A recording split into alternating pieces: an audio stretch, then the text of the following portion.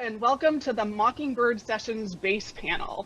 We're here to celebrate the Mockingbird Foundation's 25th anniversary and honor the importance of music education.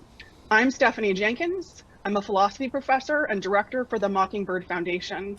Today, I'll be discussing music education, improvisation, and more with some of my favorite bassists, Chris Wood, Karina Rykman, and Reed Mathis. Chris, Karina, and Reed, thank you so much for joining us. I'm really happy to have you here.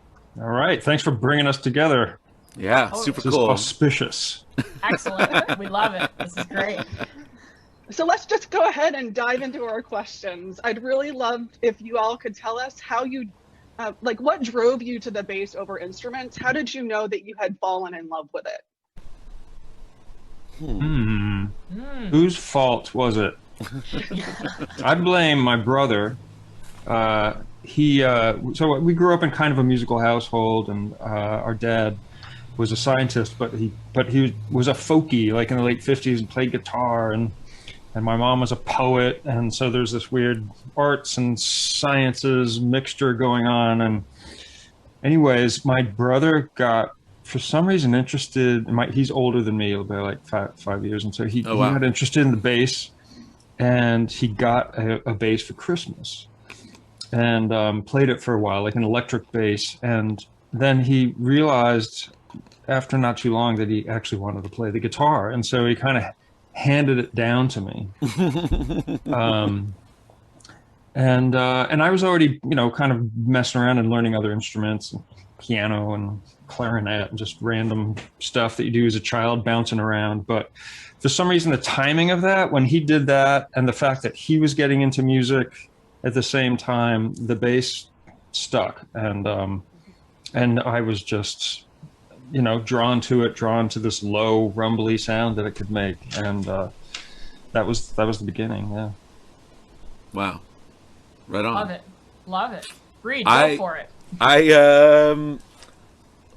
Well, interestingly, my dad was also like a folk dude in the early 60s and mid 60s, but he played upright in a folk group in Florida that did some touring and stuff. But then he became a conductor and met my mom, who was also a conductor, and they got married. And then so we had instruments all over my house, but I took up cello, and I love cello, but I always loved the low string the most. It felt cello's good. Got one of the best low strings. It's amazing. It really is. Good. And when I would like mess around on the acoustic guitar or the piano, I always just loved the lower sounds. And then my Uncle John, my mom's brother, had a P bass, and it just seemed there were some kids at school starting a metal band, and nobody played bass at my school, so it's like, cool, my uncle's got one. Worked out great. Love that. What about you? That's the best. I didn't have a musical household at all, theoretically. Like, my dad is a philosopher, and my mom's the head of the French department at Columbia. Like, they're academics, and whatever, but they love music and whatever. So it all worked out in the end, and it's all great and definitely celebrated and everything. But I started on guitar. I'm one of those, and kind of I just was like, throughout middle school and high school, kind of like playing in, 5 bands at once, 3 of which I was playing bass in, and 2 of which I was playing guitar in. And it was just kind of like a thing. I played guitar and bass, it was just like kind of a simultaneous thing.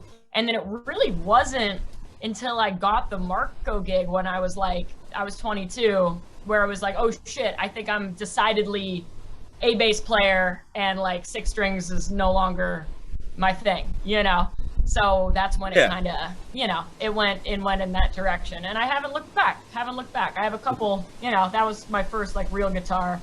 Wow. That was like my second real guitar. So they exist, but bass, and I too, the low string, the low rumble, the way you feel it in your feet, that's why my stage volume is always so hot, because I need to feel it in my fucking feet, It's great. Can I curse? Can we curse? Because I'm going to curse, Is that bad? Okay, cool, great. Okay. That's my story. That's it. So, do you have any early memories of connecting with your instruments? For Karina, this might include dreams while you're sleeping. Oh, wow. Dream bass. I'm just looking at your background. Yeah. Oh, right. Oh, yeah, totally. Oh, no, all of these, I have like James Hetfield dreams. I have Geddy Lee dreams. I have Joe Walsh dreams. I have fucking, you know, all those other guys. Yeah, totally. That sounds sexy. Yeah, Oh, sorry. super sexy. Everyone loves it. They love it. Just They music. love it. Just music, right? Music only. Music only. Okay, cool. No, fucking A. I mean, I remember just the feeling of like being kind of, you know, everybody talks about the bass being the glue and like doing less and being like, you know, the pocket and all of that stuff. And I remember early on feeling that and just like the simplicity of the line, stick to the line, let everybody else expand upon it, but the line is the line, you know what I mean? And just having that role. And like, I like being hi-hat side, you know, as a kid. And I was just like, oh, like that's like, I fit here. I like this, you know? And I don't know, I definitely remember being young and having those thoughts and feelings, you know? Were you part of the like School of Rock situation? Totally. Like what's Homeboy's name again? Tomatoes House of Rock is what I did, which was a guy who worked at the School of Rock, but then formed his own offshoot. Oh, wow. And then took a bunch of the students with him. He was like the cool guy, and he was in a band called The Sound of Urchin, which I ended up touring in for 3 years. From when I was 18 to 21. Yeah, totally. Amazing. Totally. That was great. Were you into that, Reed? So, I mean, just into because, what? Well, you know, like, cello, it's a bass. That whole thing. Yes. Started on cello. Definitely. And I mean, you know, that also informed how I approach the bass too, as like something that has a bass in it and a tenor presence in it. And like, you know, I've always kind of treated those as two different stances. Yeah. Some of my favorite bass playing I've seen is by cello players. Like, we've, you know, turned it into just to function as the bass player. Yeah. And things can be done with that instrument. I feel like most bass players have a little bit of cello envy. And for the low end, I'm talking about that low end. There's something, a magic resonance that cuts with a cello, you know? It's like the size of a human rib cage, roughly. Like, of all those instruments, it's like the most similar to like our voice. Yeah. You know? Yeah. Pretty cool. It's a little sexier than the bass, I have to say. It's just a little bit. I toured when Jacob for Jazz Odyssey used to, when we would do tours where it was all grand piano rooms. For a couple of years, I brought a cello and just played it through a bass amp. But like, having it in fifths was dope. You know, I would like play it this way with a strap. Yeah, like a bass, but like that's what I've seen. Yeah, the chord shapes in fifths were dope. Like a whole different deal. You can reach 2 octaves like that. Yeah, big intervals. Totally. The tenths are just like an octave shape. Yeah, it's so cool. Yeah. Awesome. Yep. Been a minute, though. Are we way off subject? Reel us in. Yeah. What are we doing? Totally acceptable. The conversation can go type 2. Oh, okay, cool. But I was just wondering, Karina has touched on this a little bit. How would you all describe your own styles, and how did you develop it?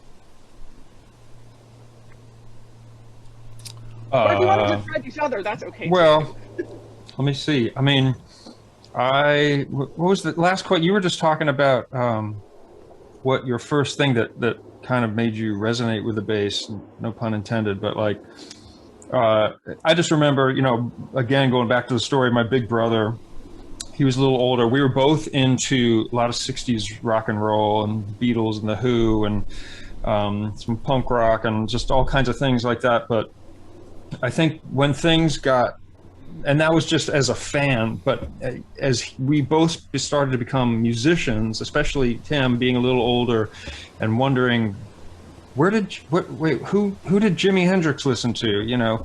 And so he started like tracing things backward, that all these 60s rock bands, like, and of course that led to the blues.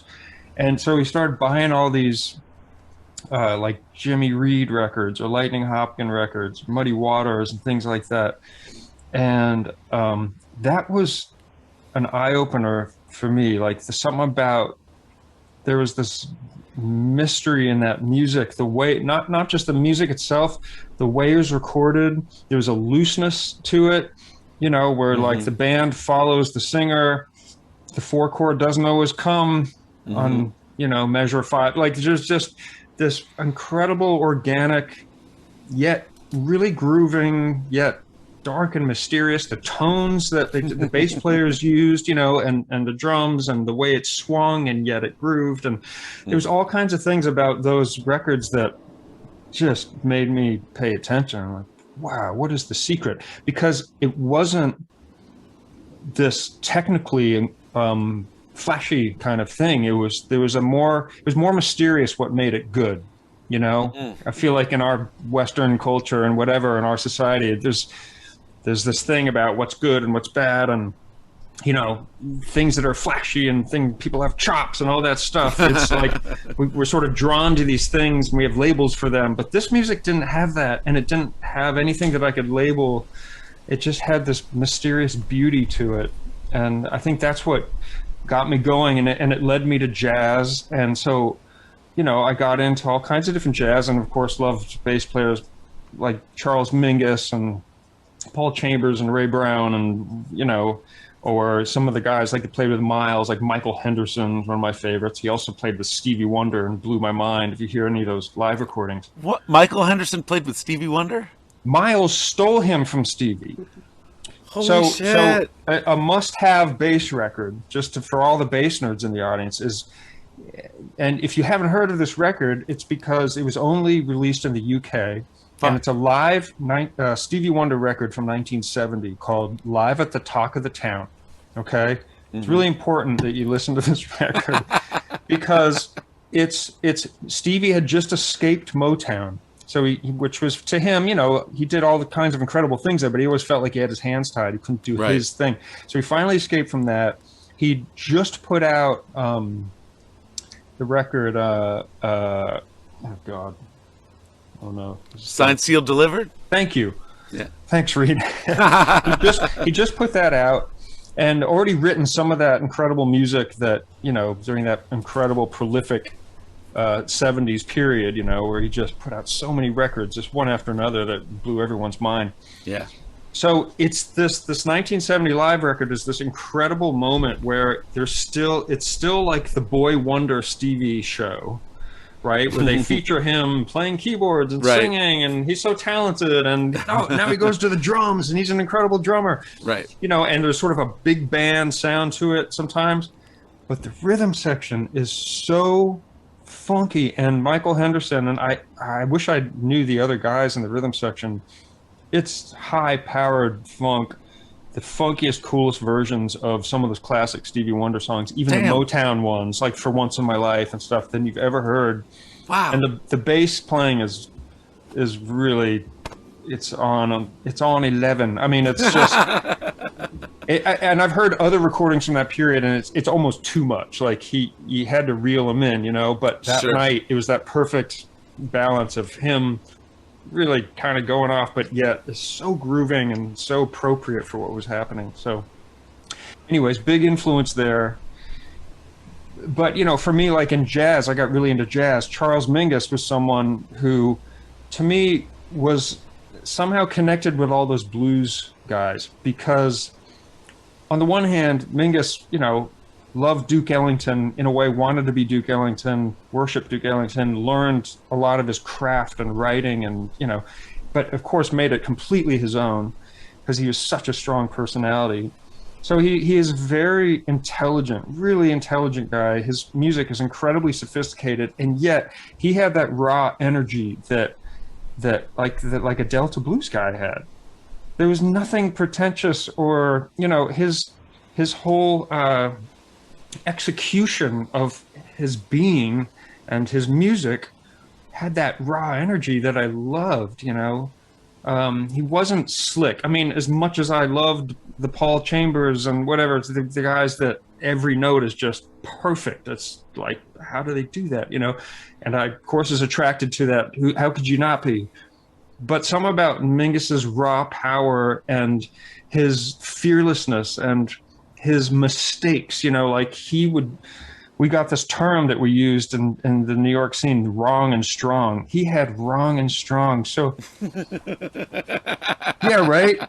So this is the great record with him and Duke Ellington and Max Roach. Money Jungle. Money Jungle was Medeski and Martin and Wood's Bible, and the story, the legend of that record is that it's Duke's record, but Mingus wanted to have some of his songs be played. Duke said no, and so Mingus is pissed. Right, you hear the story too. Like, he storms down the street. He's doing all this shit. He's like bending the strings off the neck and shit. And I mean, who knows if this is true, but the story that I've heard and that I like is that Mingus is basically trying to fuck things up, and he's like shoving the songs and the other guys. He's really pushing the boundaries on what's appropriate in a blues, and it's Duke Ellington, for God's sake. Right. But Duke and Max Roach are so solid that what Mingus does, it works. It's like one of the most magical things I've ever heard, because his wrong and strong thing is juxtaposed with like them just laying it down so beautifully and perfect, and they were such operating at such a high level that they made that situation work. So, I mean, what was the question again? Chris, my first impression of you was similar to how you just described Mingus, as far as like there being like a lack of apology or politeness that is shocking at first.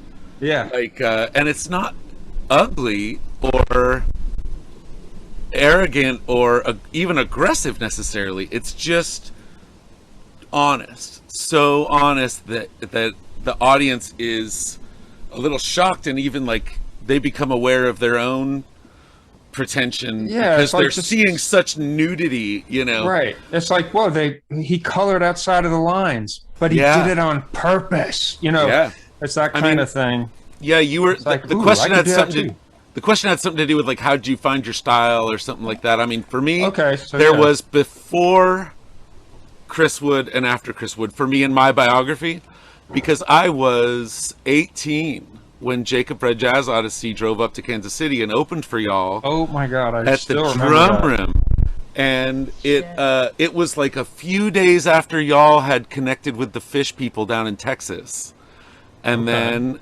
you all came to Kansas City and we opened, and it was our first time leaving Oklahoma for a gig, and I had never heard of y'all, and I just remember being like, oh, New York, all right, well, we're going to show these New Yorkers what's up, Yeah.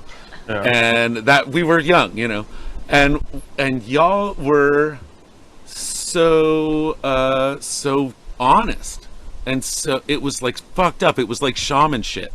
And I mean, you were young, you were super young too at that time, but like, oh yeah, I was just like 21 or something. My entire concept of the instrument was a square one rewrite from that night on. I mean, I had just discovered like Wu-Tang and like, the first couple Roots records and like all that Tribe Called Quest stuff, and we the were first couple into Farside records, and like you were the first bass player I ever saw that was doing that shit, and it wasn't like novelty or imitation. You weren't imitating something. You had found something internal that aligned with that shit, but it opened up this whole world to me about the frequency of the instrument.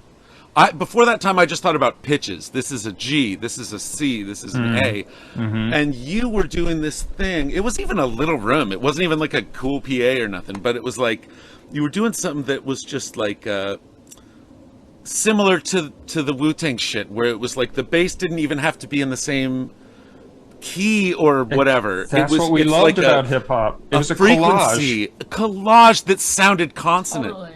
It sounded fully consonant, and because you didn't flinch, because the three of y'all never really flinched, everything sounded consonant to me, and I was just like, plus, I had never seen anybody hold. I had never seen anybody trance like that either.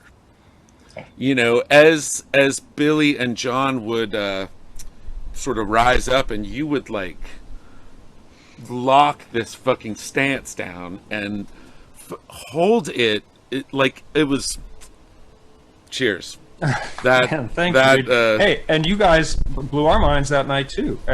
You know, it's like we were like, there's no way that's true, but I appreciate you saying that. I mean, and because we were in somewhere in Kansas and we were young and we were from Right. New York, so we probably thought like New York, you know, and we were like, damn, what you guys are doing was really good and unique and interesting.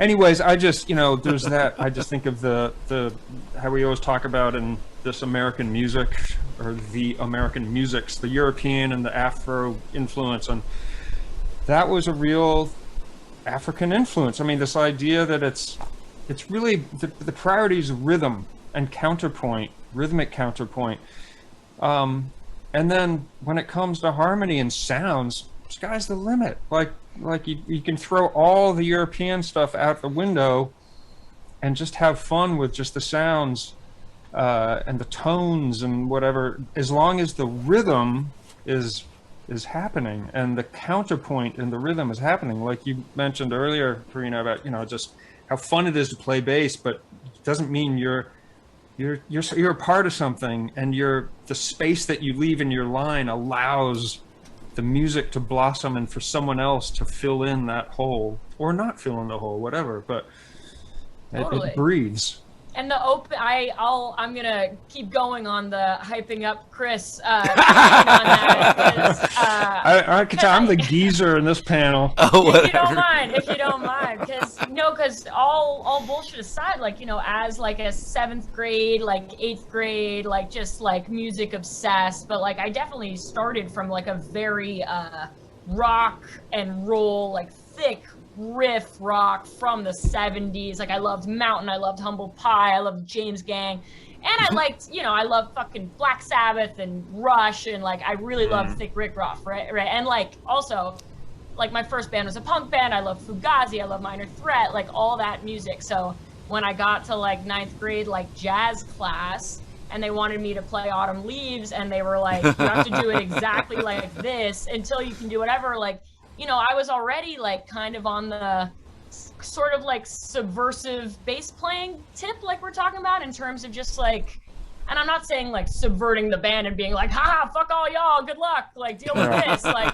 maybe a little bit. And that's what I do in my band now. Like, but back then, you know, I was just a little like I was a rock and roll kid put in a jazz context and whatever, and like, you know, and it wasn't until like I was 13 when I heard On Invisible.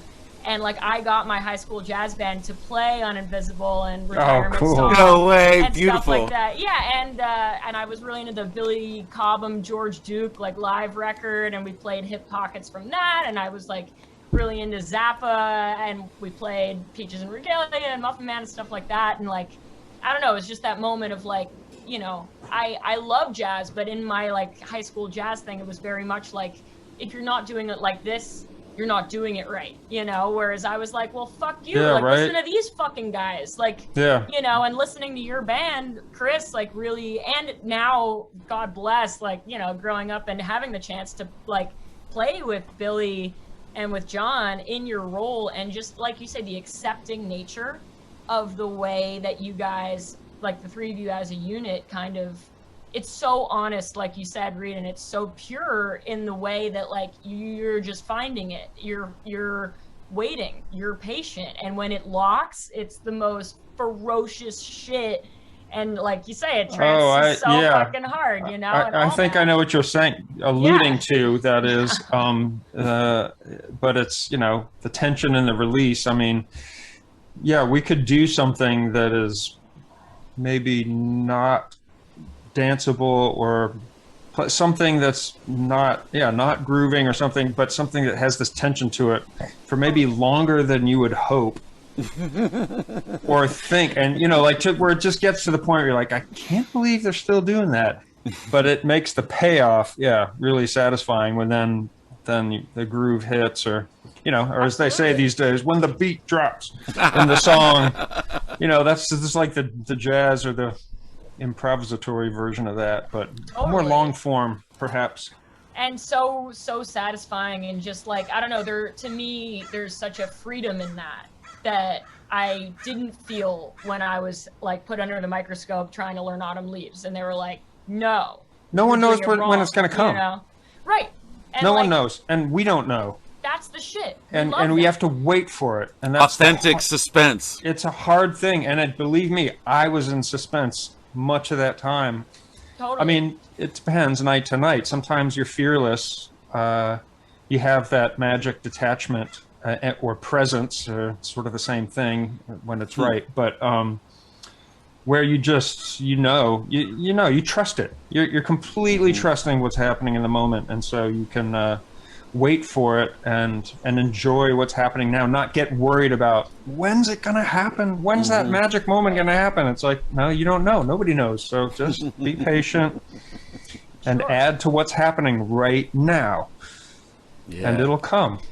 It's like the arrow versus the target thing, and it's more about the arrow than the target. In my Absolutely, yeah. You got to stay with the arrow. It's present. The target doesn't exist because it's always going to keep getting farther away. Right. Wow. I like. Eventually, they became the same thing. I mean, eventually, the arrow and the target are always boom together. When you get in the zone, it's that moment of contact constantly. So. That's the goal, right? Hell yeah. Jesus. An amazing thing. An amazing thing. This is Thank deep. you. Thank you for I didn't know this would be so deep. It's really wonderful to hear you all describe your influences and then see kind of the interrelation between like, not just other musicians, but each other. At this point in your career, I'm wondering how you continue to challenge yourselves. For example, is there something that you want to be able to do on the bass that you haven't quite been able to master yet? I would like to be a little better at singing, and not having my bass playing suffer when I'm singing.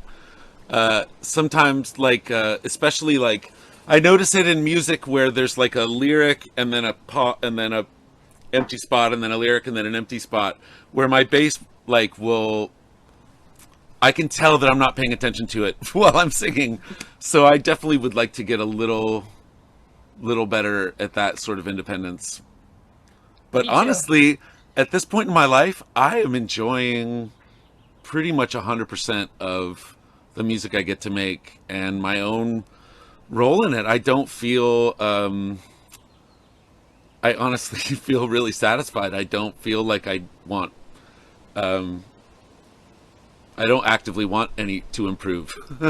I think it's pretty groovy where it's at. You're at the target. I'm just like, this is you great. are the target. This is great. I can't help not to take the role of teacher for a moment, but I just love this subject. But the singing and playing aspect of it, it's just rhythmic counterpoint. Yeah. Right? Like that's why singing and playing the bass is so much fun. Yeah. It's because in the same way that piano players probably get when they got, the right hand and the left hand doing different things, or drummers feel with all their limbs. You're playing a bass line, you're singing a melodic phrase or some kind of phrase, and those two rhythms that you're doing on your bass versus your voice are different.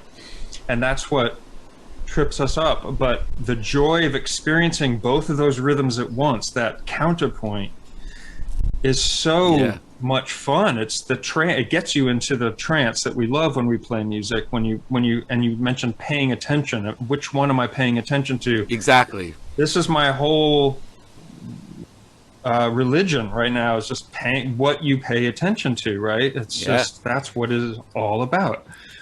And can you like we find ourselves paying attention to this or that, like as if our focus is a flashlight and you can only point this narrow beam towards the vocal and towards the bass, right. But how do you expand it to include both and hear everything that's happening at one time? And I think that's my thing right now, is because when you play music and you play an instrument, especially in front of people, it tends to be this really subjective experience, right? You're doing something. You're aware that you're doing something. You're self-conscious of your doing. It's so easy to judge the good and badness of what you're doing, especially when everyone in that audience is watching you and either loving what you're doing or saying, could be better. Like everyone has an opinion. And so playing music just it can be so subjective, you know, and versus like when you're like lying on a couch and you put on a record, like an amazing record, and you're not invested, like the sounds coming out of the speakers in that scenario, you're not worried what it's going to be good or bad. You're just enjoying it. It's an objective experience, 100%. So my goal is to make it that when I am playing, I'm having an objective experience and not a subjective experience. Hell yeah. You know what I'm saying? Totally. Like, it's only listening. That's it. And all the work, all the practice, where it's like a meditation almost, you know, is to get away from the subjective way of hearing yourself and get it to an objective experience where you're hearing the sounds that you're making with your instruments no differently than you're hearing the sounds coming from the drum set, coming from whoever's playing guitar, coming from whoever's singing. It's all objective, and you have to build a trust that when you hear something and like, oh, that could be a little better, it's not a judgment call, you just do it. Right. You just make a shift. And that's why I think, you know, people sort of get down on playing with a metronome, but metronomes this is perfect. Metronomes are like that thing. Remember in Star Wars, the first Star Wars, and like they're on the Millennium Falcon and Obi-Wan is there and Luke is like practicing with that thing, you know, and it's like shooting stuff at him and Obi-Wan's like, trust your feelings and, you know, put on the mask. That's what a metronome is. A metronome is that little robot thing. It's not about, you got to just pay attention to it. It's not there to teach you how to play in time. Right. It's just something outside of you to pay attention to and trust, and then trust that your fingers will do the right thing to play the rhythm that grooves with the metronome, you know. And little by little, you can, the same way that you hear the metronome, you can hear your bass line as objectively until they become one thing. And that's the meditation, you know. Dang. Well said. Strong. Very strong. No, just that think resonates. Of, you both, like, I know, have had one of those gigs that's just, it's like, it was just effortless and amazing and everything was magic and everything was connected, right? I know you've had that, right? We've all had those magical moments. They're like gifts.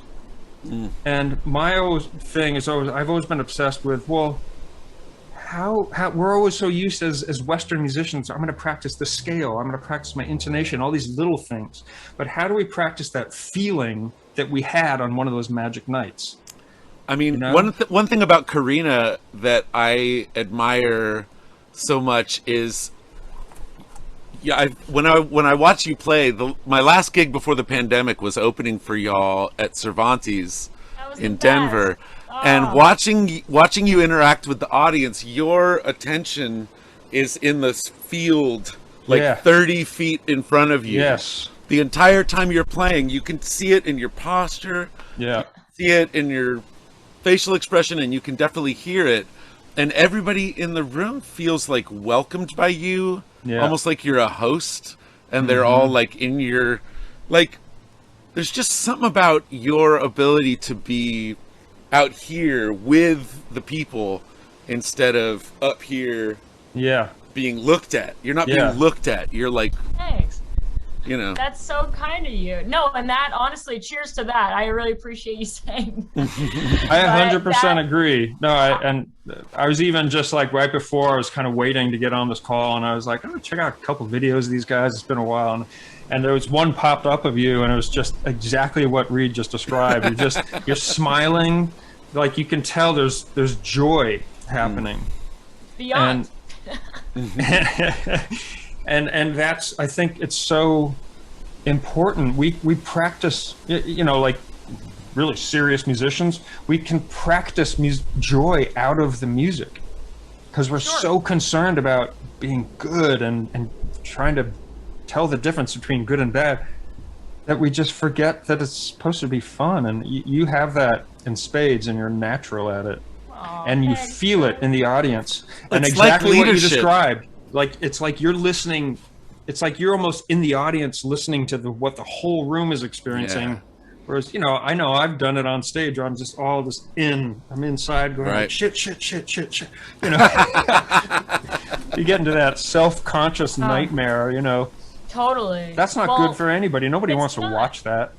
Well, the most attractive quality is in somebody is being unself-conscious, and of course, it's the Yes. hardest thing to achieve, and it's easier said than done, and whatnot. And like, you know, and thank you guys, you're too kind. But, you know, I remember being younger and the only girl always and whatnot, and into very intricate music in a lot of ways, and interested in virtuosity. Like, you know, there was a good period there where I was like, you know, very chops focused and very much like, they're not going to think I'm dope unless I get the fucking chops. Right, Got something to prove. Popping. I had something to prove a little bit, but honestly, don't know why and don't know how, but like the kind of the sort of stepping outside of yourself that you're kind of describing happened earlier. Like, I was able to be like, sooner than I thought, once I got the confidence a little bit to just be like, fucking, I've done the practicing. The practicing is me. It's me. It's in there. It's innate. It's you're one with the thing that you're doing. And if you can just fucking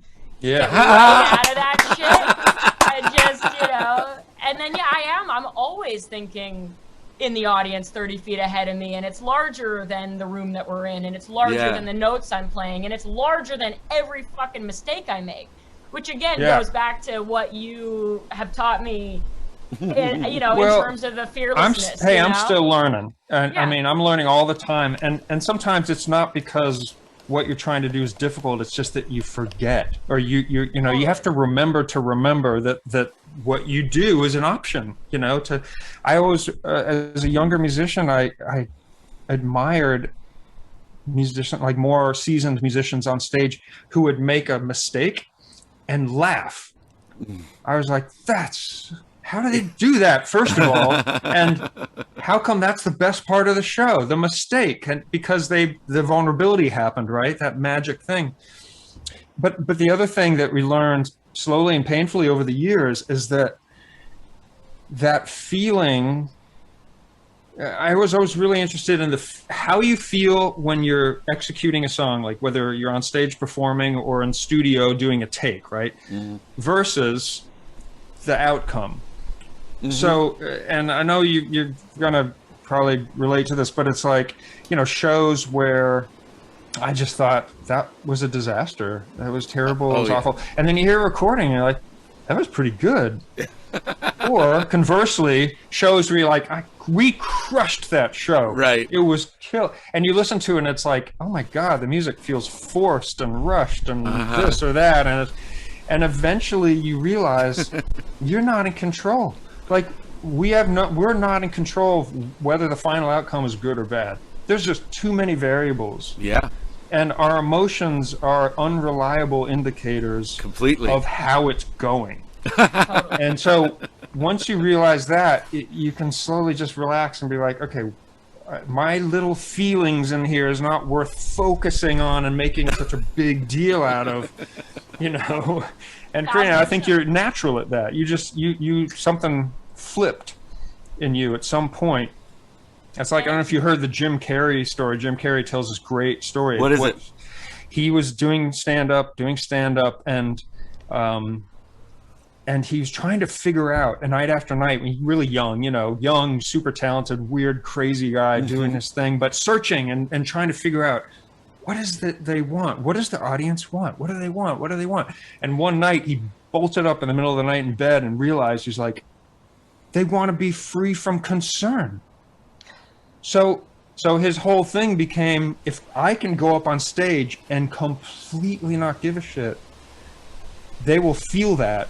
Right. And so I think that's kind of what we're talking about. John Coltrane, in his last interview with Frank Kofsky in 1966, he talks about, he says something about, are you trying to change people? Are you trying to change the world? Are you trying to change culture? Are you trying to change society? And he was like, well, I just think that the experience we're having while we're playing will change the people in the room. They will be changed by it. Like, Yeah. that, just this whole idea of like what your nervous system is doing, you're like leading, like they can all come to where you are if you're on stage and you're being generous with vulnerability and with authenticity. And that's cool, because that flips the pancake from like the fame. Like in our culture, musicians and fame are this weird in the public's eye, you know, that it's like that the goal of music should be fame or something. Yeah. And that spirit of generosity is like the opposite thing from that. Absolutely. And what you just described, like another way that I would word that is just, and this goes both for when you just did something amazing on stage or you screwed up. The problem is when you take credit. Uh-huh. You know, because we talk about presence and to really create music, and especially if we're talking about improvisation, but it doesn't matter. Like a song you've played a million times, you should play it and be in it as if it's happening for the first time. It's the same thing ultimately in that moment.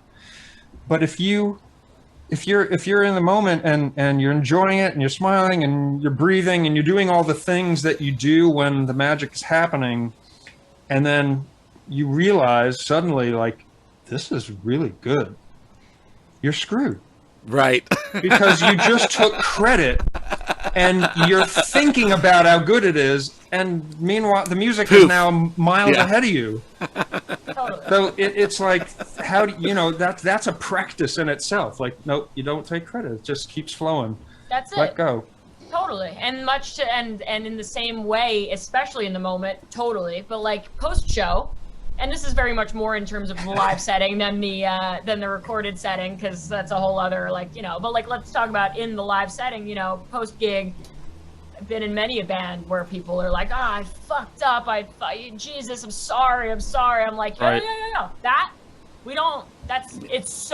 We're literally 8 miles ahead of there already. Like, I'm not even thinking about it. It was there, people were there, you were there, it happened, and it's over. And the second we start to dwell on this thing is when it, you know, we'll dwell on it when we're ironing out the shit in rehearsal, but otherwise we're not talking about it. Because my wake-up call to that one time was after our manager happened to be out on tour with us, and you know, we really respect our manager and, you know, value her opinion and all these things, of course, can't help it, and she's an old friend and whatever. But I just remember after the show, and I was really I wanted to ask her, you know, like, how did it go? I can't remember how I felt about the show. I think I felt it was pretty good. So I think that's probably why I even bothered asking her, because I thought I was going to get a good response, you know. I was like, so what did you think? Did it go all right? And she was like, oh yeah, it was a great night. And so I was like, yeah.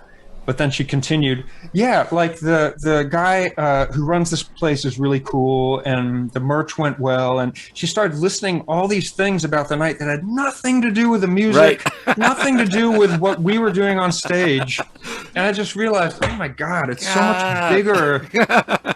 And what causes someone in the audience to have a good or bad time is there's so many other variables that you're not in control of, you know? Totally. So true. It's so true. And so you mentioned that in the studio, what's interesting as you know, sort of improvisers or jazz musicians or any really, even like performing a rock song or a folk song, there's something about those first takes, like first takes, early takes, because we don't really know what we're doing yet. And even though by take 4 or 5, you're like, I killed that take, I crushed that take, it's become formulated, and it's almost like you're not hearing what's actually happening anymore, and you're hearing how you think it should go. And so you crush it and you played it perfectly the way you think it should go. But that open magicness of the first take, where you didn't know how it should go yet, so you were just listening and reacting, has disappeared. Yeah. You know, totally. So it's like the studio version of it. Live, of course, you got that one shot, that's it. So that's it. And it's behind you. But totally. No, and I've had that first take, best take situation where it's like, that's first take is where you find yourself. Like, that's just, you know, when you haven't scrutinized. Yes. Once you start the scrutiny process and you're Right. like, fuck. Right. Because Right. after the first take, your memory's going to be involved, and you're going to Exactly. be Opinions. avoiding things.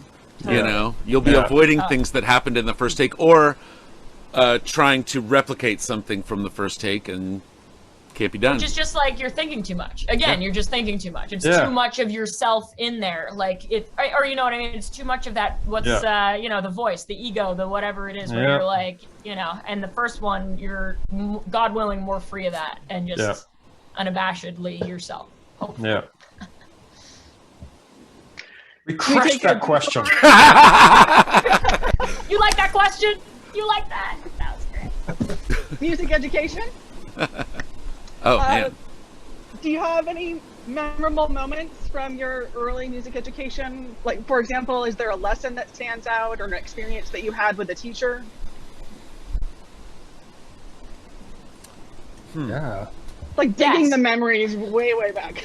I can see your mind's processing. I'm the least formally trained among most people, and definitely among these guys. So you know, I never had like a bass lesson ever. Not, you know, whatever. But then I became friends with our pal Dave Drywitz.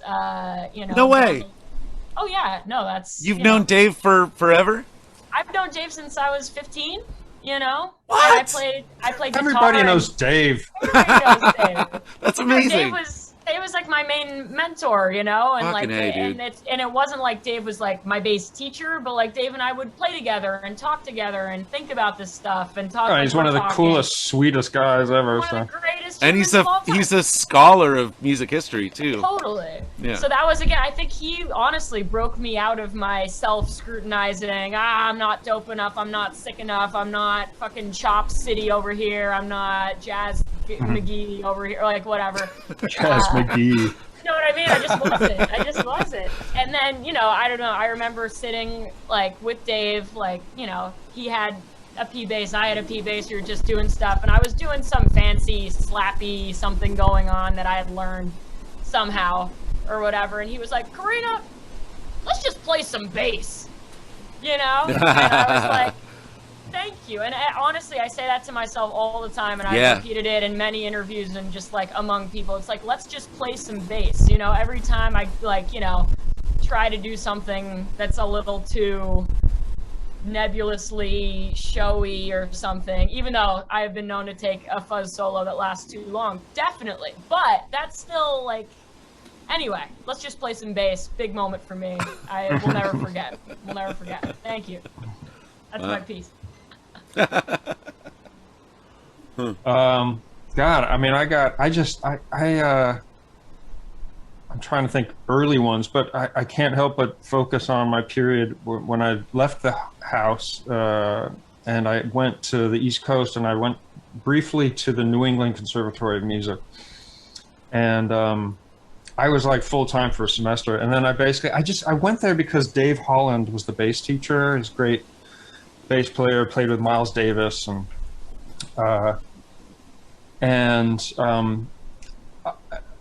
there happened to be other amazing jazz teachers there. And it was a weird scene at that school because it's kind of a classical school, is known for classical music, but they had this amazing roster of sort of jazz teachers there.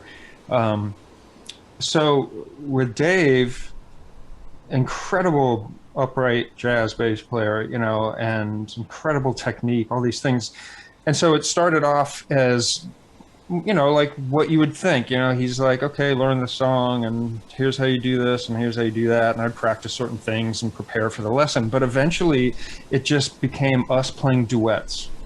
And that was the most educational thing, and just trading off solos. And it was so interesting because what happened was, not only did I get to just witness up close and personal what he can do, and of course that was amazing and impressive, and I learned a lot, but also made me realize, like, I didn't want to end up sounding like him. Like, so it was like a real wake-up call of like, okay, he's incredible and I admire him, but that's not me. So when it comes my turn to play, it's not like I'm going to imitate him. I'd go home and imitate him, like, how do you do that? But in terms of self-expression, I didn't want to do what he was doing. That wasn't me. And I was more sort of, I don't know. So the more we trade solos, the more we were just going like this stylistically. Did you already know Bob Moses then? Oh, absolutely. So Bob Moses, the drummer, great drummer. I mean, Bob Moses is basically responsible for getting Medeski, Martin, and Wood together. Right. I got to play with him one time at the Lizard Lounge. Yeah. In Cambridge, and Yeah. I would think he would like have, I don't know, I always wondered, like, you all three of you guys seem to have arrived at a very unique like kind of knowing who you are and what you're about. Well, pretty young, you know. Bob, I mean, well, our priorities, Bob, I think I can say fairly is responsible partly for setting a certain priority straight in all of us. It's just it's rhythm first. Rhythm first. It's all about the rhythm. And even, I mean, and it's regardless of the kind of music you're playing. I mean, even classical music, even stuff that's out of time, right? It's still a phrase, Completely. So the rhythmic phrase, the pacing, all that stuff, that's most important. And then it tells you what the notes are. It tells you how to hit the note, how hard, how long the note should be. But that rhythmic thing, it's like, notes are like if you look at a house, notes are paint and trim and all these things. But rhythm is the foundation and the studs in the wall, and it's the frame that you hang all the beautiful notes and stuff on. So you got to have that. And I'm sure you've heard musicians who got all the notes, but they don't got the rhythm. Yeah. And I learned that lesson through years of when I really first got into jazz, and I'm obsessed with these, like the Kind of Blue record, right? Miles Davis, classic jazz record. And I'm like, I know how I'll learn music. I'm going to transcribe all of these solos and write them down, very scholarly exercise. And I had my special tape deck where you can go half speed. And so I did that. And, all those, I sort of internalized all these things in a way. I think that was valuable. But I was so focused at that time on what notes are they playing. Because I was convinced then in my young self that the reason those guys sounded so good when they took a solo is because they're hitting the cool notes. Right. That's a very European way to look at it. Yeah. So I never got anywhere with it. Notation kind of forces you to look at music as that hierarchy. Yeah, you analyze it like, well, he did this arpeggio and he hit the third and the fifth. Okay, so if I just make sure that I hit that every time a dominant chord comes, I'll sound like that guy. No. But most of the information that's important about the way music sounds and feels cannot be written down. A big turning point for me was when I first joined the Jacob Fred guys. I was the youngest. I was 17 and they were all in college already. And I thought I was hot shit. And the first lesson was pay attention to the dance floor, and if the dance floor is not happening, you're not doing it. And you can't fool them. They're not here to be impressed by you. It's a very simple binary. If the dance floor's going off, you're doing it. That didn't occur to me at first, And then the guys were pretty hard on me, it was my first time in a band, and they would just be like, that's not funky, and I'd be like, yes, it is. And they'd be like, it's not, and eventually I started being like, give me CDs, give me stuff to check out, help me pull myself up, and none of what they said helped until the drummer, our first drummer, he was a real quiet guy, but a real heavy cat. He gave me this metaphor of like, women that would walk down to the river and fill the jug with water and then carry it on their head back to the village, this ancient human practice of carrying jugs of water. And he's like, they would want to get back there without spilling any, so it would be a full jug. And he was like, that's how the groove works. If you're locked into a good groove and the whole room is feeling it, and then you start to deviate or take a risk that is not aligned with where it's going, you like spill some water, and the jug now doesn't weigh as much. It's not as heavy, and like the groove will sort of lose a little bit of steam, you know. And then if you really deviate, then it'll lose all the steam, and the whole thing will spill over. And for some reason, that image is the one that caught for me. Like just like get to the end of the song without spilling any water. You know, because you can feel it when you're like, up there. I shouldn't have. Dang it. You know, like it was right there, and then I tried to be awesome, and it's always when I'm trying to be awesome that it fucks up. It's like trying to be awesome is a curse. Trying to be awesome is the worst fucking thing you can do. I mean, and trying to be awesome is different than discipline and drive and showing up to the practice room every day. Yeah, you know. No, it's like a stupid social, like compensatory, you know. Like, well, it's a very subjective move to try to be awesome, right? Because you're taking credit. You know, this is my theme I keep coming back to, but you're taking credit and you're doing something that you're going to get credit for. You're doing it, all those things, which means you're not paying attention to how it fits in with everything else. But if you just paid attention, like to the drummer, for example, and just enjoy what they're doing, you will do something that's probably incredibly awesome with that, because you're hearing or feeling the whole picture. You know, it's just a rhythm. It always comes back to rhythm, what you're paying attention to. Like when I was learning all those jazz solos, what I realized, a cool way, if I wanted to understand like what it was like to be Charles Mingus, if I wanted to feel that, embody it, then what I did is I'd learn like I'd learn like a solo that he did, right? And I'd learn how to play it.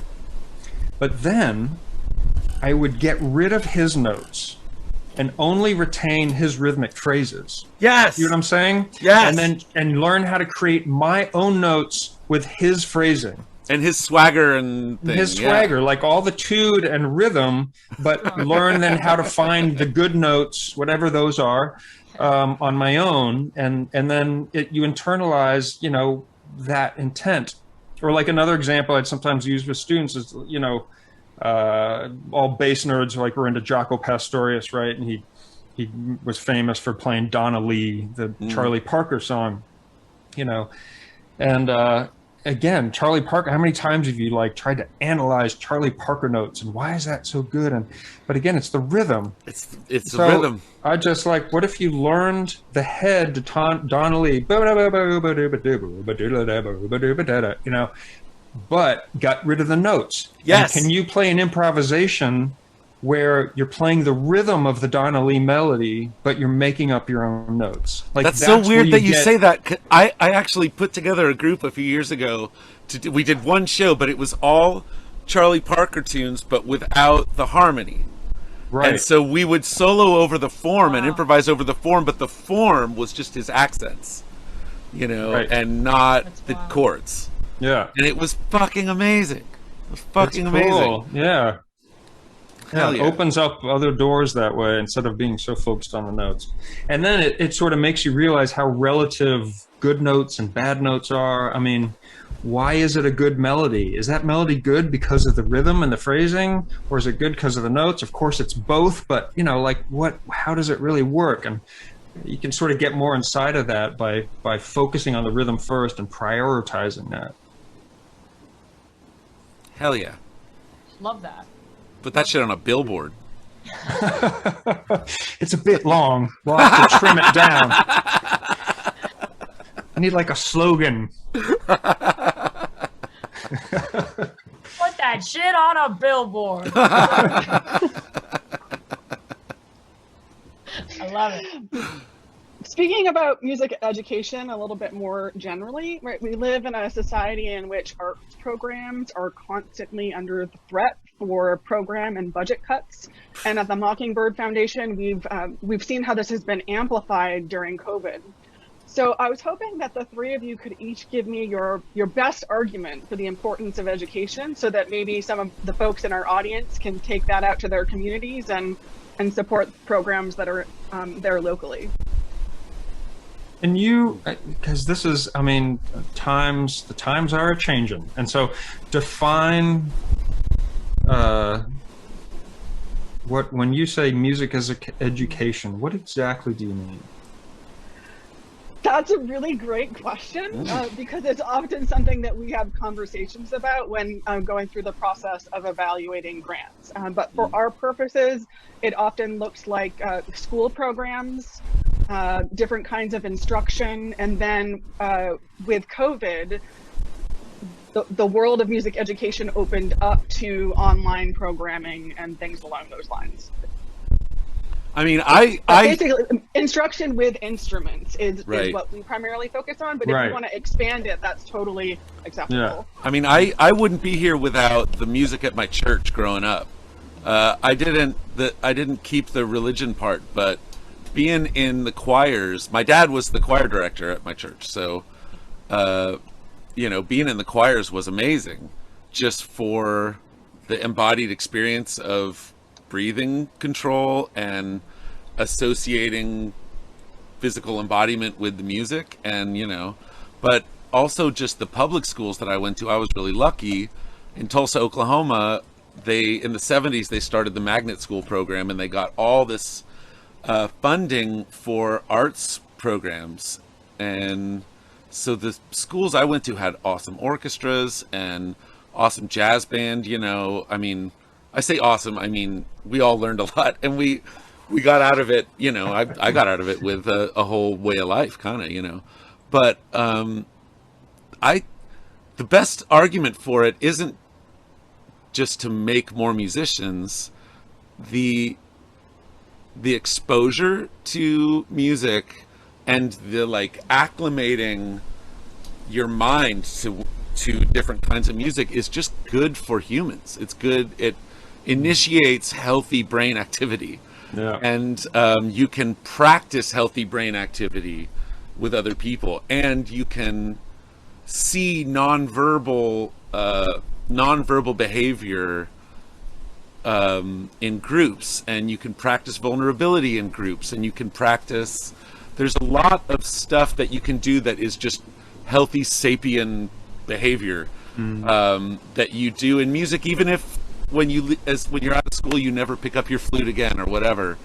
You know, just having internalized a bunch of that kind of body and brain activity will set you up for a lifetime of being empathetic to other humans and being empathetic to your spouse, and, you know, like being able to experience joy and relaxation in groups in unfamiliar situations. Like, you can, a lot of things that modern ailments that we put under the umbrella of anxiety are, in my opinion, from the lack of modeling of relaxed group activity. You know, and kids grow up without having comfortable social activity of vulnerability be modeled for them. And a music program, there's no goal, there's no math at the end of the class to get a good grade for. You know, like, it's the music, that hour out of your school day, you're basically just practicing being embodied, being vulnerable, using senses other than the talky brain, using nonverbal behavior, reading nonverbal cues. That shit, that's stuff that music education gives society that has nothing to do with making more professional musicians. The world doesn't need more professional musicians, but it needs a lot more embodied adults, you know? Amen. Yeah. Amen. I mean, Damn. I agree. I super agree. No, yeah. Mic drop, Reed.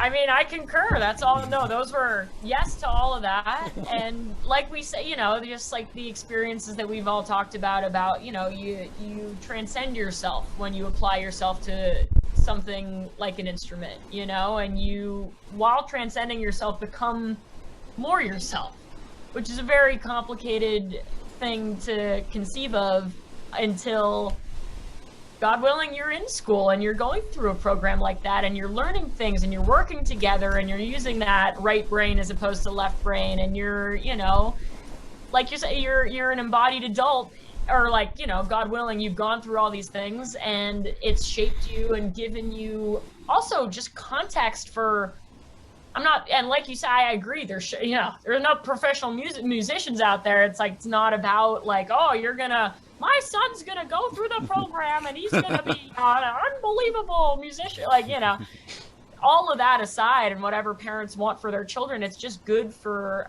you know, developing minds to see art happen and them being a part of it, and that they don't have to be paralegals.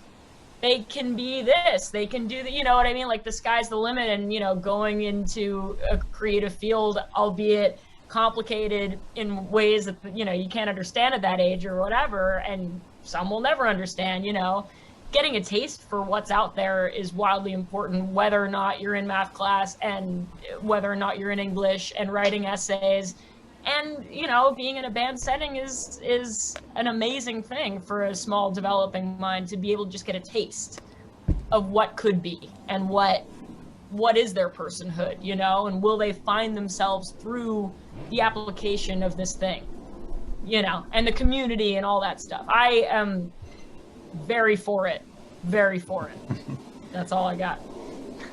Yeah, it's such an interesting time. I mean, I just think, you know, historically, if you go back into the, I don't know, like last century, you know, the first half of the century, we have all these images, like everyone had a piano in their living room, right? It was a very common thing. Like, there was just instruments around, and and we didn't have, like before, there was just the TV took over everyone's lives and everything. One of the things that you do is you get together and gather around the piano, and people sing songs together, and everyone knew how to play a little bit, you know, and could play their favorite songs. But then that sort of has gone away in the real mainstream sense. I mean, of course, there's always people playing and can strum a guitar and know some songs, but as something that brings a family together or brings friends together. And then we get into this modern age where, in some weird way, the thing of making music by yourself, not as a studying musician, has come back through technology, you know, with apps and, you know, GarageBand and Logic and all these computer things that anybody can really learn how to use. And even if you don't play an instrument, you can create music. And so there's this beauty to that there's now this whole new generation of creators who are doing it in this new way. And my daughter included, and she's blowing my mind with the stuff she's coming up with. Awesome. And I'm like, that's really good, you know. And so obviously you can take these things and create and find your own voice, you know, with the technology that's happening today. And I think that's great. But it does have this kind of alone in your room thing, you know. And so, to go back to what you both are saying, how valuable it is to one, you know, try to play an instrument where you're actually the one making the sound, you know, the physicality of that. I mean, what that teaches you, I don't know if I can even articulate it, except to say that it's fascinating and endlessly, like, music never gets boring, because nobody knows what's good. Why is it good? Nobody knows, really. Like, I know one of your questions was like, what makes a good improvisation? Nobody knows. Yeah. It's because it had the right thing combination, and what it didn't have and what it did have. But, like, nobody has a formula for that. So that's what makes music endlessly fascinating, is because we don't know. And so every time we try to make another song or do another improvisation, we don't know if it's going to be good or bad, but it might be good. So let's just keep making shit. And if it's bad, nobody gets hurt. It's not, you know, I've always had this saying that, like, when I hear somebody talking trash on another band or another musician, I'm always like, well, they're not making bombs.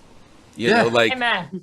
Even the worst music in the world isn't hurting anybody. Yeah. You know? And the social, you both described so beautifully socially what happens, like, you know, so you can get someone out from their laptop and alone in their room, which is great. I mean, solitary creative time, so important. You should have that no matter what. And I think it's a skill that will get you through hard times.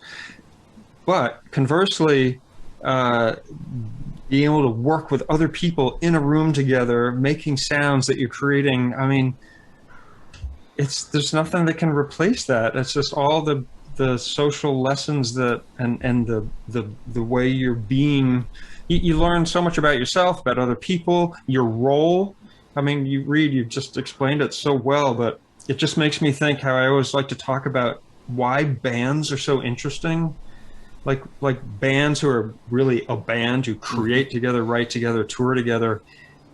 They're like these weird social experiments.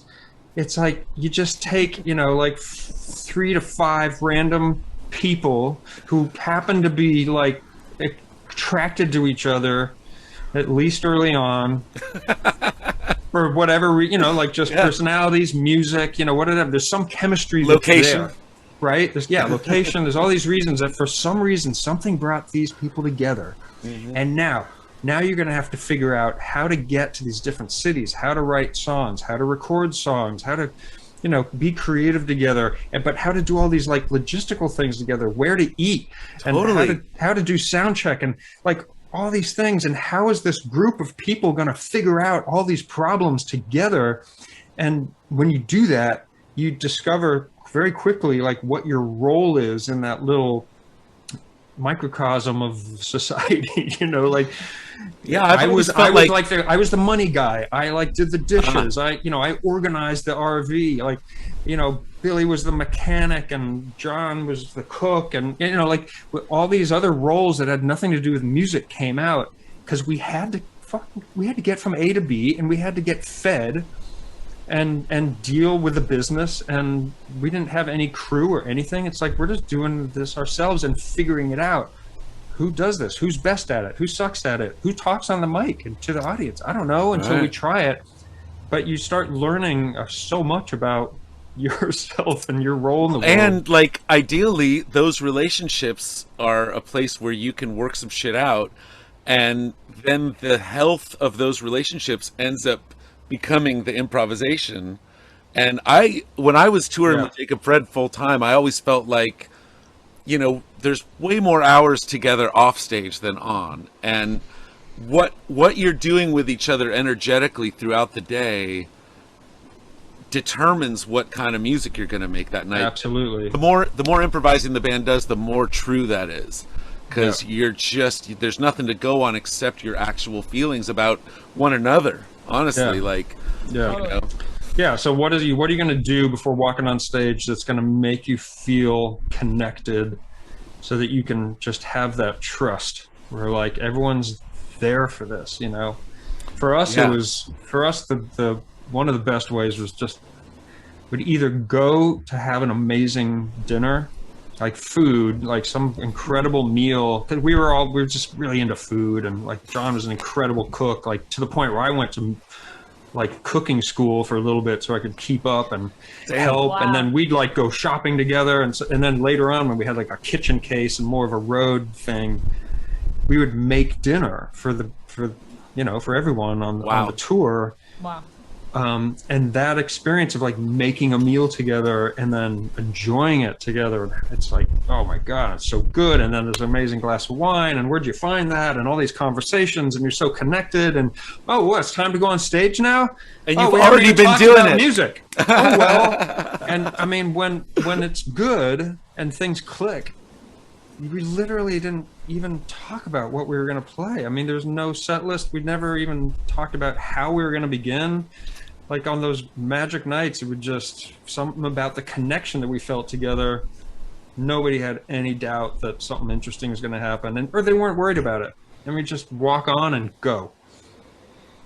One other thing I want to say about music education is that another thing that's important about it is that those people that go through some process of music education become the audience for like higher art. Yeah. And Shakespeare's amazing, but very few people can just pick it up and like be like, this is amazing. You kind of have to be you have to have some training, some skill, and some comprehension of the craft Yeah. to even get why this Shakespeare is so fucking incredible. And there's a lot of music. I mean, I've gotten more happiness from listening to music than I have from playing it even. Like, my ability to like the music that I like is the greatest source of joy in my life, you know, and without music education, I wouldn't even, you know, I remember hearing Charlie Parker for the first time and being like, feeling like I was hearing an alien, you know.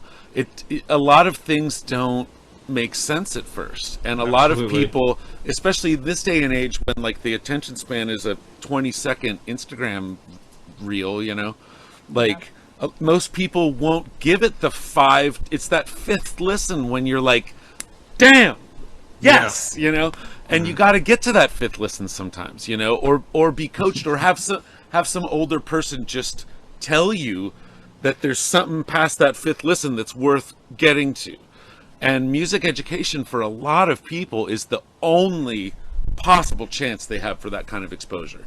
That's, you know? Yeah, that's a really good point. And very so true. Like, I don't want to play to rooms full of musicians, you know. I mean, I don't mind, but I want to play to rooms full of all kinds of people, and the only way that's going to happen is if they find out that improvised music exists.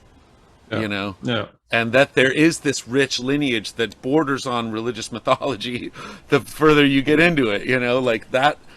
Somebody has to tell you that, you know, you're not just, most people aren't going to accidentally find out about Charles Mingus, you know. So that's huge. We can't lose that, you know. You're here. Great. My first bass teacher, like, and was trying to teach me jazz, and so he made some cassettes, you know. And he gave me this one. On one side was Stan Getz, right? Very, very smooth, correct, very accessible jazz music. Other side was Thelonious Monk. And at first, I just kept listening to the Stan Getz side. Like, yeah, I can feel this, I can feel this. And then over time, as I sort of, I don't know, opened up and my ears opened up, and then I was just like, whatever with the Stan Getz, the Thelonious guy. Wow. Incredible. And I'd only listen to that side of the tape. But you had to get there. I had to get there, and my mentor, this great teacher that I had, led me there. I mean, who knows if I would have got there. Yeah. You know, another way. So my last question for you is, what advice do you have for young musicians?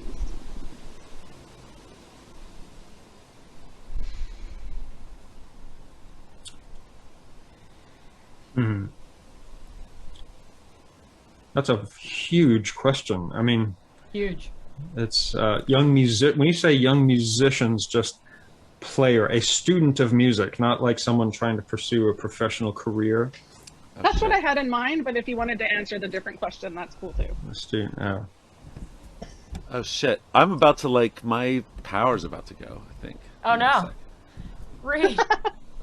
Oh, come on, Reed. I don't have an answer either, but I'm not trying to pull that shit. Guys, I can't hear you. I can't hear you. I mean, I hesitate to give any advice, honestly, because so much of the life that I have ended up with happened through accidents and things that at the time I would have rather not happen, you know, that I feel like once you get on the music train, what you need is probably gonna find you. You know, advice is almost like could steer somebody astray from what they're supposed to do. You know, but yeah, I guess just be around older people, like even a year older than you. You know, but hang out with musicians that are older than you. That's great advice. Job with that. I did a great job at doing that. Let me tell you.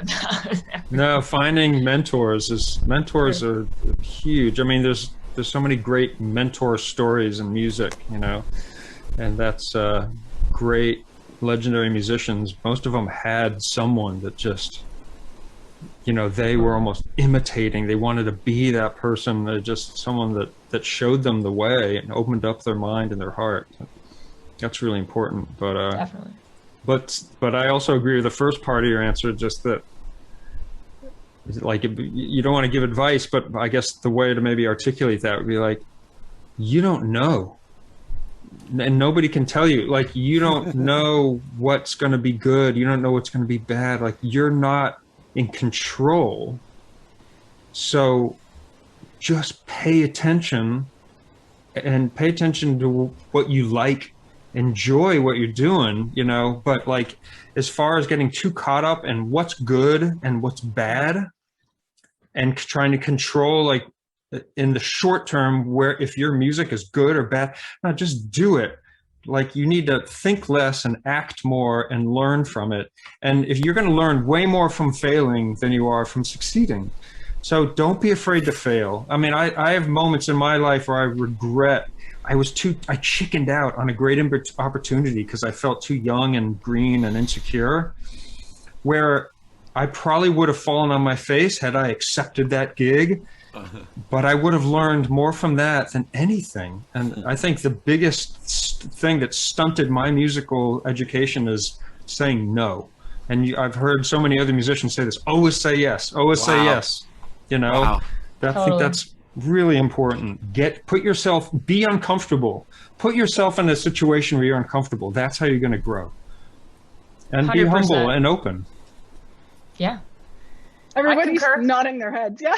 No, I super concur on that one. And just like, you know, I agree with the first, you know, I feel remiss to give advice because my path has been so like just happenstance, and who I ended up meeting and who ended up taking care of me and like sticking their neck out for me and doing this and doing that, and like being extremely unschooled and like just not exactly like, you know, shooting from the hip at all times, and just being this person who knew, I didn't know I would play music professionally at all, but I knew that no matter what, I would work in and around music. I would do anything. I would clean the toilets. I would take the tickets. I would be a promoter. I'd be an agent, like whatever, just to be around it, you know? And of course, like the pinnacle would be to play it professionally. But the way it all arrived was so, and is, and whatever. And I don't know what's happening, but I agree. You know, I said yes to things and opportunities that seemed extremely larger than the sum of my parts and my personhood, you know? And I was like, wait, they want to play with me? Why? Great, let's do it. I don't know what'll happen, you know? So say yes more, be fearless, no wrong notes. You know, enough, like there are no wrong notes, miss hard and miss big all the time. Wrong and strong. And like, you know, just know that you're enough. You're good. Like, you know, if you love this enough to let it kill you, you know, just keep doing it, and the opportunities will find you. You have that, like, you have that more than I did, because I had a very specific vision. Like, I do want to be up on that stage, and I do want to be, you know, really good at doing that, and that created more fear, you know, that it set me up for, like, I could fail.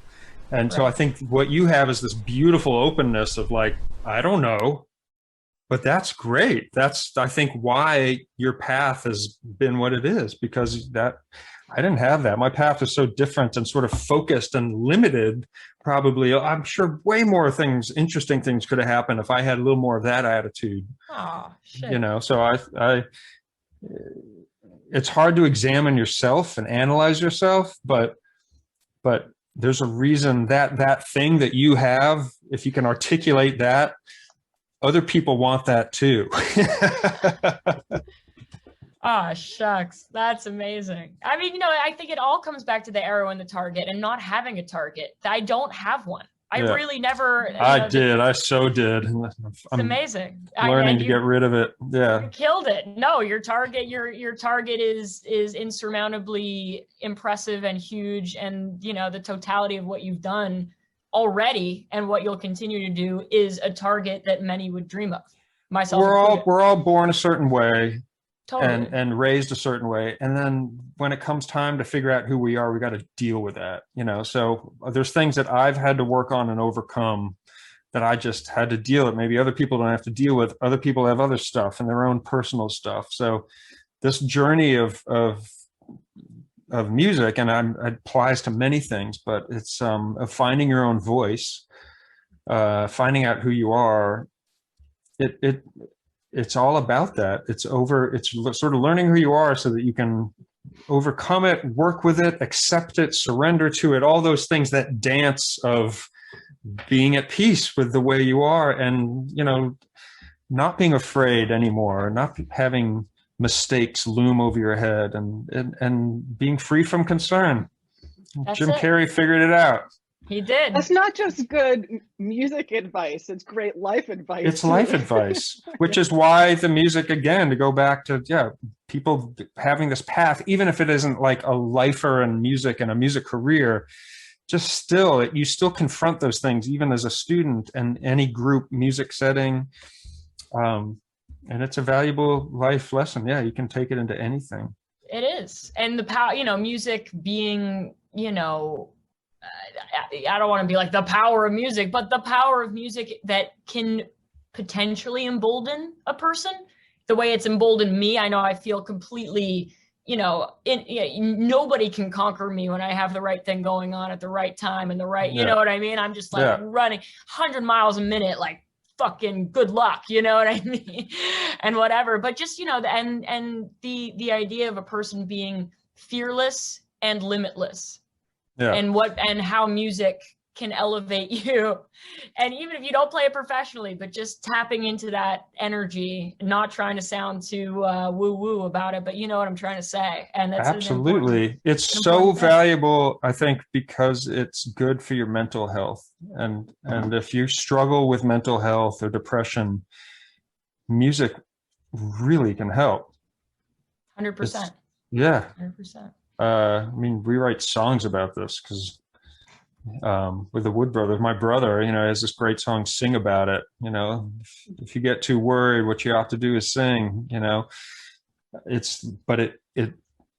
He wrote that song because it works. When you get excited about a musical idea, you feel good. You feel good and you don't worry about your problems. If you find a way to articulate your problems through music and the emotion associated with those problems, it turns that hurt feeling into a joyful feeling. It's incredible. It's like alchemy, emotional alchemy. Definitely. Like what Bob Marley said, you know, one good thing about music, when it hits, you feel all right. You feel okay. It's so right. And it's kind of like, why is that? That's a miracle. What is the deal with that? That's how important music is. And it's so true that people take it for granted, which is why, thank God, you're doing this with this organization to promote. It's like you're promoting that people don't take it for granted. It's like, no, learn about it. Yeah. Try it yourself. Get in there, get your feet wet and learn what it does. Oh my God. Yeah. And if it's, you know, if it's not music that is the totality of yourself, like, you know, if it's not music, may everybody find their thing that makes them feel the way music makes me feel. Yeah, you know, absolutely. Self-expression, really. That could be in advertising. It could be anything. Self-expression could be in math. I mean, but you're finding something that you're passionate about, and it's an amazing thing. Yeah. I think wishing that everyone find their passions is a great place for us to close out. Reed in absentia due to battery issues, Karina and Chris. Reed. He did great. Reed, thank you so much for joining the Mockingbird Foundation for our 25th anniversary celebration. It has truly been a joy and an honor to witness your dialogue. Oh, thank you. It was so much fun. Thanks for putting this together. Seriously, big time. Thank you. Thank you. It's awesome. Really fun chat. All right.